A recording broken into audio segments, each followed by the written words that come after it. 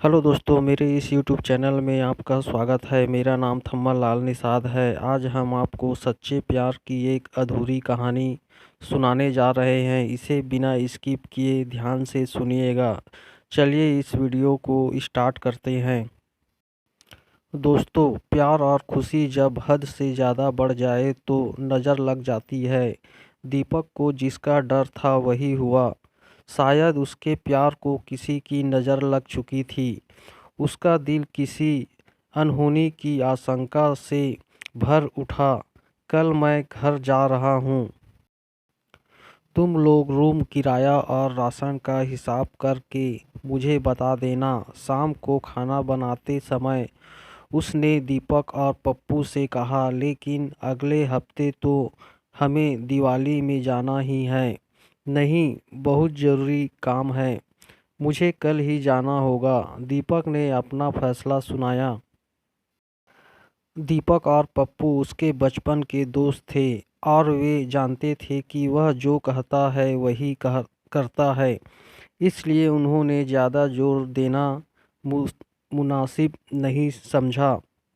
अगली सुबह वह काठमांडू से वीरगंज के लिए बस पकड़ी और घर के लिए रवाना हो गया। पता नहीं वह किस हाल में होगी। पता नहीं वे लोग अंकिता के साथ कैसा सलूक कर रहे होंगे।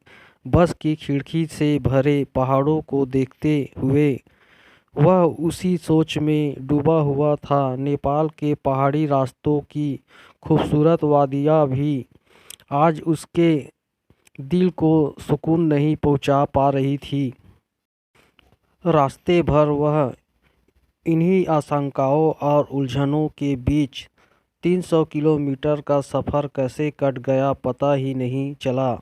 वीरगंज बस स्टेशन पर उतरकर वह टैक्सी में बैठा और करीब 1 घंटे में अपने घर पहुंच गया। शाम हो चुकी थी और लंबे सफ़र की थकान उसके ऊपर हावी हो रही थी। इसलिए वह सबसे मिलने के बाद आराम करने के इरादे से बिस्तर पर लेट गया। परंतु उसकी आंखों में न तो नींद थी और न दिल को चैन। क्या बात है बाबू, जो इतने परेशान लग रहे हो? माँ भले ही अनपढ़ हो लेकिन अपने बच्चों के चेहरे पढ़ना अच्छी तरह जानती है। दीपक की माँ ने उसकी परेशानी को भांप लिया था।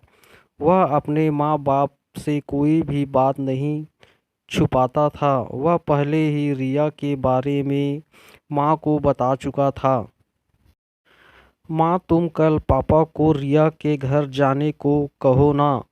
उसने माँ से सारी बात बताने के बाद मिन्नत की। वह जानता था कि उसके स्वाभिमानी पापा इस बात के लिए कतई राजी नहीं होंगे, क्योंकि सामाजिक नियमों और परंपराओं के अनुसार पहले लड़की वाले ही लड़के वालों के पास जाना पड़ता है। ठीक है, मैं उनसे बात करती हूँ। तुम खाना खा लो, मैं खाना लेकर आती हूँ। माँ को अपने बेटे की खुशी सबसे प्यारी थी।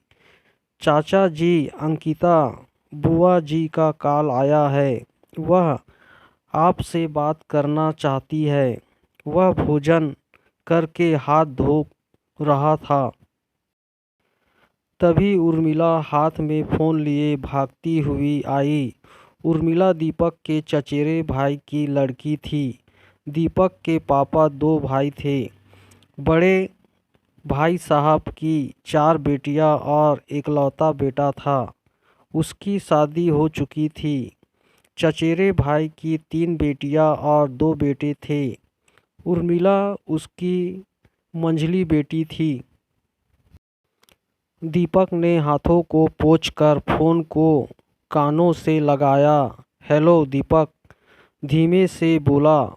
उधर से अंकिता की रोने की आवाज़ आई। हेलो, उसका दिल बैठने लगा। भैया, आपने ऐसा क्यों किया? क्या आपको प्यार करने के लिए कोई दूसरी लड़की नहीं मिली?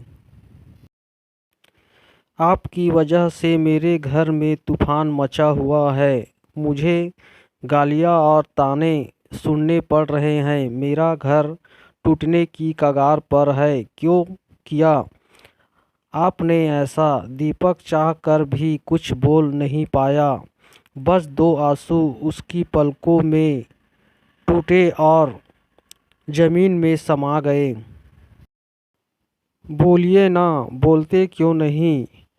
अब बस चुप हो जाओ अंकिता, मैं आ रहा हूँ, सब ठीक हो जाएगा। भैया, आप सबसे कहते हैं कि अंकिता मेरी सबसे प्यारी बहन है और मैं इसके लिए कुछ भी कर सकता हूँ, तो अगर आप मुझे ज़रा भी प्यार करते हैं तो एक कृपा करना, आज के बाद मेरे घर कभी मत आना। कॉल डिस्कनेक्ट हो गया, लेकिन दीपक उसे कान से लगाए खड़ा रहा जैसे वह जड़ हो गया हो। हेलो दोस्तों, यह कहानी आपको कैसे लगी मुझे कमेंट करके बताइएगा। अगर आप मेरे इस चैनल पर नए हो तो मेरे इस चैनल को लाइक शेयर और सब्सक्राइब कर दीजिएगा और बगल का बेल आइकन ऑल पर सेलेक्ट कर दीजिएगा, क्योंकि मैं इसी प्रकार का वीडियो लाता रहता हूं और आपके पास सबसे पहले पहुंचेगा। इस वीडियो को ध्यान से सुनने के लिए आपका धन्यवाद।